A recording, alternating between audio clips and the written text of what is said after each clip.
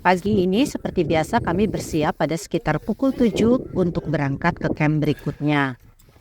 Kami mulai berjalan dan angin menerpa kami. Dingin. Ya, hari sebenarnya masih terlalu pagi untuk beraktivitas. Namun kami memang diharuskan untuk memulai hari sepagi mungkin supaya tidak terlalu sore tiba di camp berikutnya. Vegetasi hampir tidak ada sehingga angin kencang menerpa tubuh kami.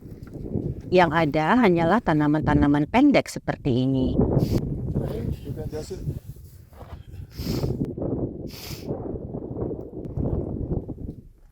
Kami berjalan dari Moirahat menuju Barangko Camp, melewati Lava Tower Camp. Gunung Kilimanjaro masih nampak berdiri megah di depan kami.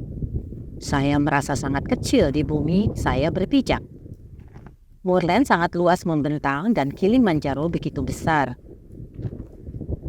Jalanan menurun dan kami harus berhati-hati karena pasir yang licin dan bebatuan besar.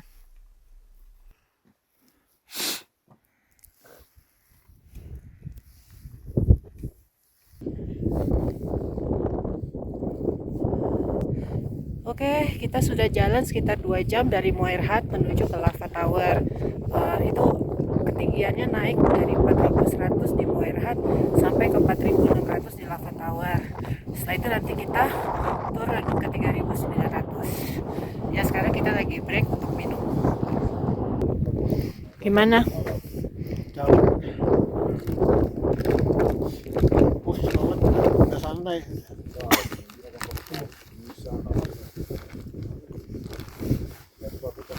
Semangat. Kami lalu melanjutkan perjalanan lagi. Angin masih bertiup kencang. Ini jalur yang harus kami tempuh. Porter-porter kami mendahului kami di jalur.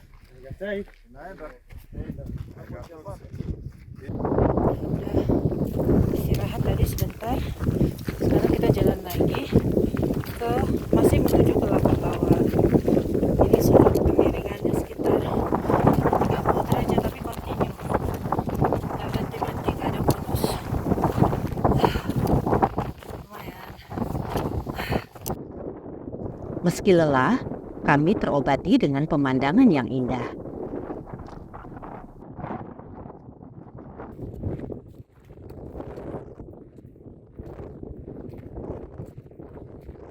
Tak lama dari kejauhan kami melihat Lava Tower.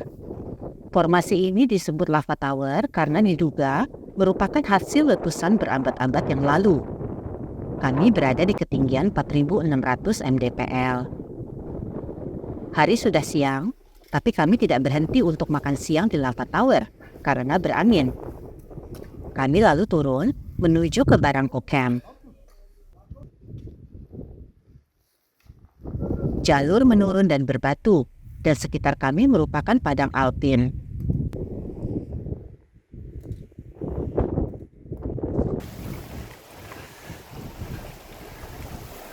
Kami menyeberangi sungai kecil yang alirannya deras, lalu kembali melintasi padang alpin. Jalur kembali menurun dan terdapat anak sungai lagi. Di seberang sungai kami melintasi jalur yang ditumbuhi pohon Dendrosenecio kilimanjari yang merupakan endemik Kilimanjaro.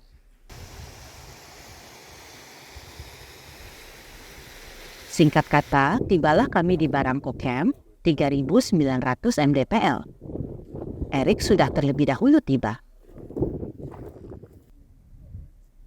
Malam pun tiba di Barangko Camp. Ini suasana perkemahan di kala senja.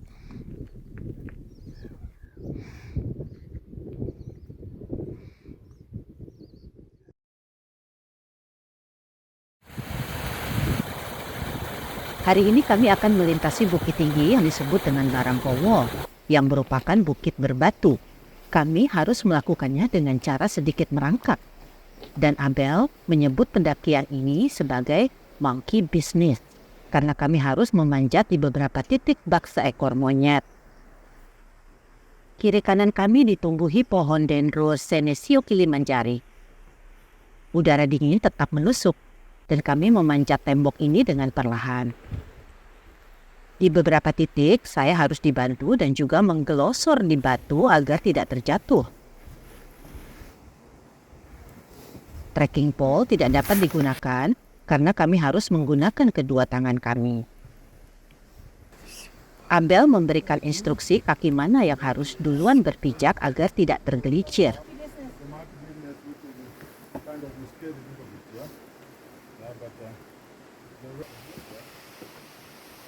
Ini dindingnya. Kami harus merayap dan menjaga keseimbangan. Di satu titik kami harus juga melewati jurang yang cukup terjal dan merambat agar tidak terjatuh ke bawah. Ada satu batu yang dinamai Kisses Wall. Maksudnya adalah kami harus melekat pada batu hingga hampir menciumnya sambil melangkah dan harus ekstra hati-hati agar tidak terpeleset. Aduh, ngeri banget. Ngeri banget. We married. Yeah, Hakuna Matata. Hakuna Matata. Something this time. Tadi namanya Kisses Wall. Jadi kita hak gini, kalau nggak jatuh ke bawah. Namun pendakian tidak berhenti di Kisses Wall. Kami masih harus naik dan merambat di tembok terkenal ini.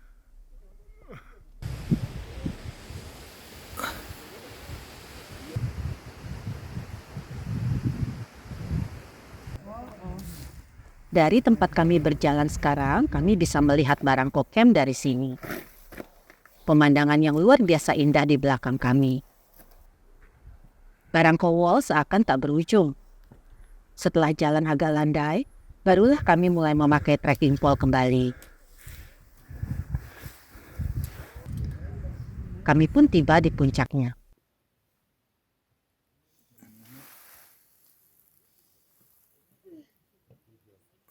Ya, kita tadi dari sebelah sana Barangko Camp. Terus kita jalan sedikit naik melewati Barangko Wall yang tingginya itu sekitar 300 meter. Kita lalui dalam waktu 1,5 jam. Nanjak terus dan crawling ya. Jadi kita nggak jalan tapi merangkak. Nah, sekarang kita sudah berada di ketinggian 4.200. Ini pemandangan luar biasa di puncak Barangko Wall. Dari sini kita juga bisa melihat Gunung Meru dari kejauhan. Right there. We're going to Karanga today. Karanga. Yeah, that is our camp for today. It's over there, on the other side of that. Right there. Right there. Not over. It's in the middle. Okay. In the middle. Yeah. Perjalanan dilanjutkan dan kali ini kami menuju Karanga Camp dan melalui jalur menurun.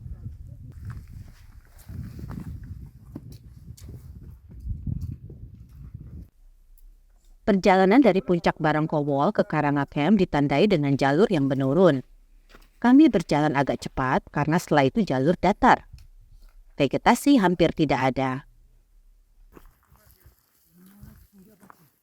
Matahari bersinar terik dan jaket pun kami lepas. Saya mulai kelelahan, namun saya berusaha tidak berhenti terlalu lama dan meneruskan perjalanan agar tidak terlalu lama tersengat sinar matahari.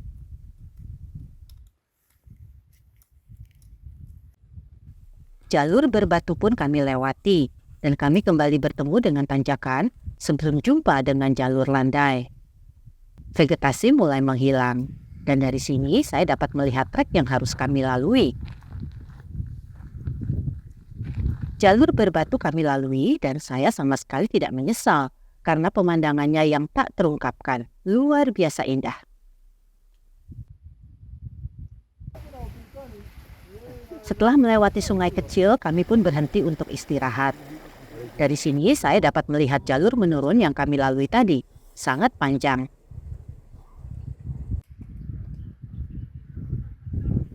Setelah 5 menit beristirahat, kembali kami menanjak bukit, sebelum akhirnya kami tiba di Karanga Camp.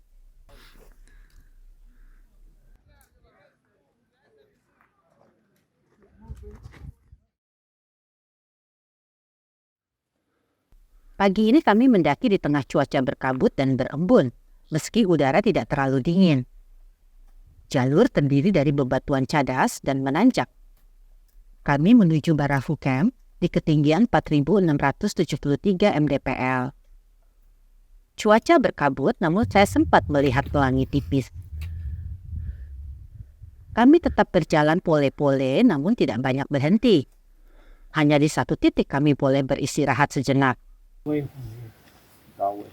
that way. Yeah, we're going this way right now. Still climbing up.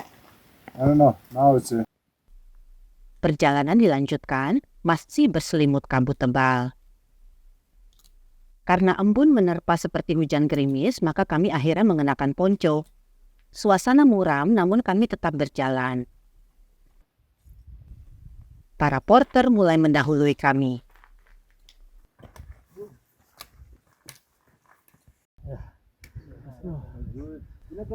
Singkat cerita, tibalah kami di Barafu Camp siang itu sekitar pukul 1 waktu setempat.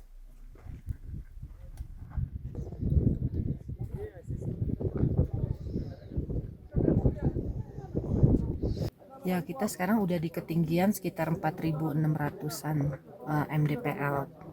Nah, biasanya kalau ketinggian seperti ini kita udah kehilangan nafsu makan. Tapi mau nggak mau dipaksain karena kita perlu energi untuk lanjut jalan. Nah, tadinya kita mau langsung ke camp yang lebih tinggi lagi di namanya Kosovo. Tapi karena udah kecapean, jadi akhirnya kita nge-camp di Barafu ini. Dan emang ini sesuai dengan rencana awal bahwa kita pelan-pelan aja dan kalau capek itu nge-camp seperti itu.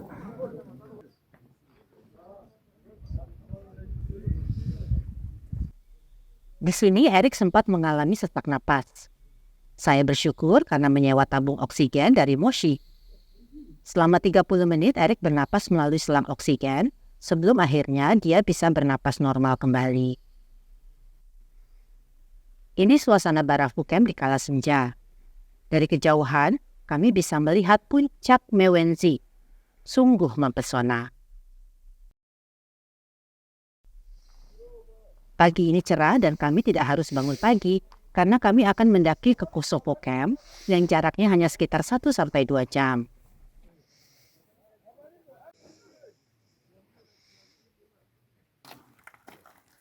Namun meski jaraknya pendek, kami harus mendaki bukit yang jalurnya menanjak tinggi dengan sudut elevasi sekitar 60 derajat. Setelah itu jalur mendatar dan kami bisa menarik napas sejenak tanpa berhenti dan terus berjalan pole-pole. Di sini kami mulai kelelahan sebenarnya, namun tidak ada gunanya berkeluh kesah karena sudah 3/4 jalan kami lalui. Abel lalu mempersilahkan kami untuk beristirahat barang 5 menit. Tak lama, Kosovo Camp terlihat dari kejauhan. there. Jangan salah sangka, meski terlihat dekat, namun masih setengah jam lagi, meski jalur agak sedikit menurun. Okay, let's go back down. Yeah, let's get to the camp and get some rest. Right. Perlahan kami menurun menuju ke Kosovo Camp dan akhirnya kami tiba di sini. Kosovo Camp adalah camp terakhir sebelum perjalanan menuju ke puncak. Ya udah jalan dari Barafu Camp di ketinggian 4.672 lah kira-kira sampai ke 4.800-an di Kosovo Camp. Ini camp terakhir sebelum kita nembak ke summit. Tadi udah aklimatisasi, kita naik sedikit ke 50 meter, terus turun lagi ke camp. Udah banyak orang yang turun dari summit yang tadi malam ikut naik ke atas. Tapi kita memutuskan untuk istirahat dulu 1 hari lagi, 1 malam lagi, sebelum nanti malam kita nembak ke summit. Kami mempersiapkan peralatan menuju summit nanti malam. Botol minuman dibungkus dengan kaos kaki bersih agar tidak membeku di perjalanan nanti. Lalu dimasukkan ke dalam summit bag atau ransel kecil.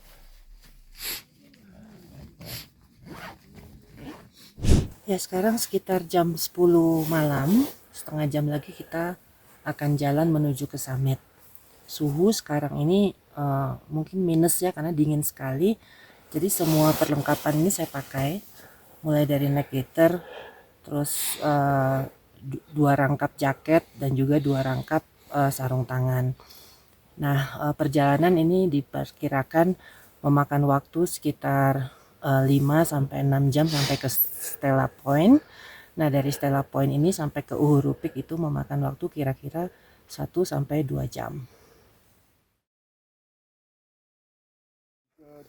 Hamba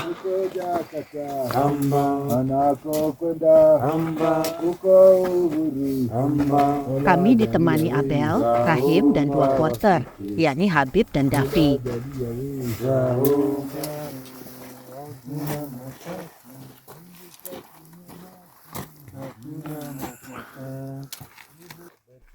Sayangnya, di ketinggian 5.500 mdpl, Erik terkena AMS lagi dan merasakan sesak napas.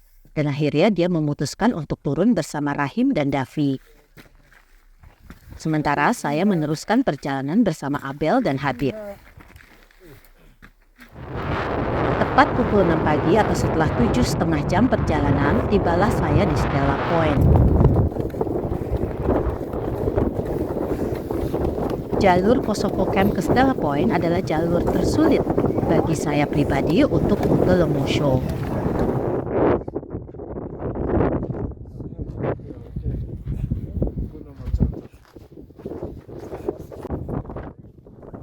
Matahari mulai terbit dan saya melanjutkan perjalanan menuju Uhuru Peak atau puncak tertinggi Kilimanjaro. Angin bertiup kencang dan suhu diperkirakan di bawah 0 derajat Celcius. Salju mulai tampak dan saya semakin pole-pole menuju titik akhir pendakian. Untungnya saya memakai 2 lapis jaket tebal, sehingga angin dan udara dingin tidak menusuk tulang.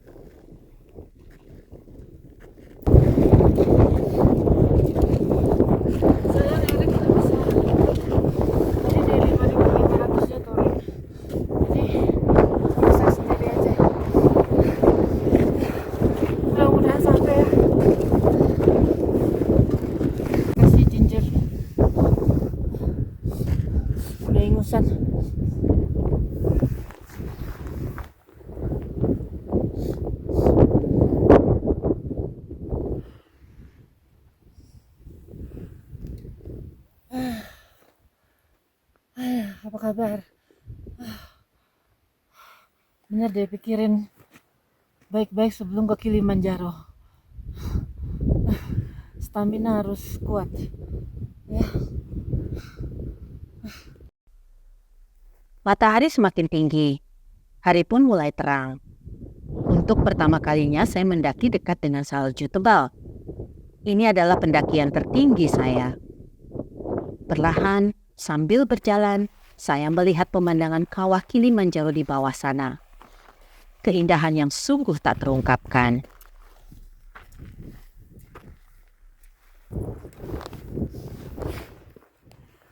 Sekarang ke Uhuru Peak.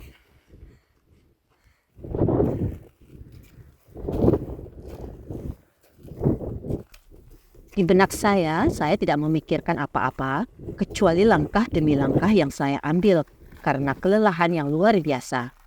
Namun saya tidak menyerah. Salju pun menebal dan saya harus hati-hati agar tidak terpeleset.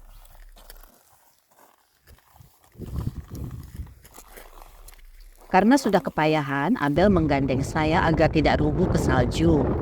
Saya menapaki salju tebal yang keras dan menjaga keseimbangan tubuh agar tidak jatuh. Dikit lagi Uhuru Peak. Dikit lagi. Tapi udah sisa-sisa tenaga.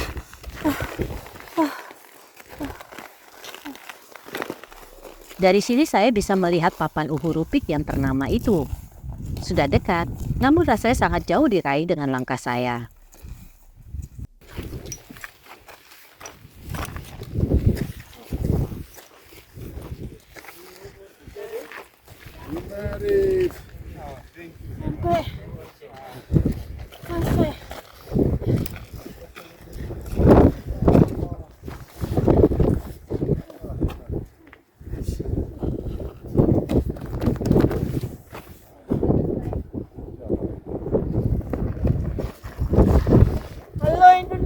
apa kabar? Saya sedang berada di titik tertinggi di Afrika, Uhuru Peak, Tanzania.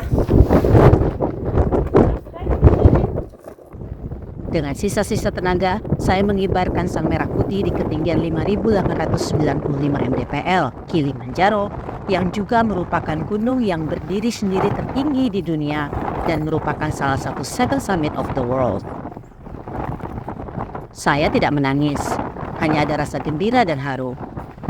Di kali kedua pendakian Kilimanjaro, akhirnya saya berhasil mencapai puncak Uhuru di usia saya yang sudah tidak muda lagi. Halo semua, apa kabar? Saya sedang berada di puncak dari Kilimanjaro, tepatnya di Uhuru Peak di Tanzania, Afrika Timur.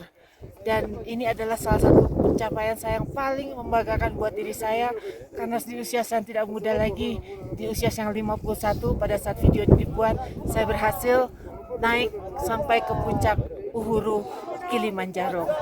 Jadi tidak ada yang tidak mungkin bagi kita semua. Oke, terima kasih sudah nonton, mulai dari saya persiapan di Moshi sampai dengan di Uhuru Peak, dan jangan lupa subscribe. Jambo, jambo bana, habari gani? Nzuri sana, wageni wakaribishwa Kilimanjaro, hakuna matata, pole pole, hakuna matata, tulianza demosho, hakuna matata, tutaenda na mti, hakuna matata, nibebeshe, nibebeshe,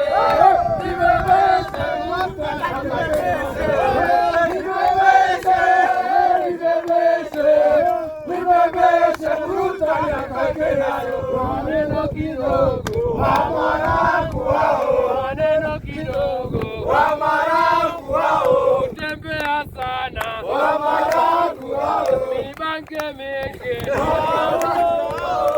nibebeshe, nibebeshe, nibebeshe, fruta ya kakerayo.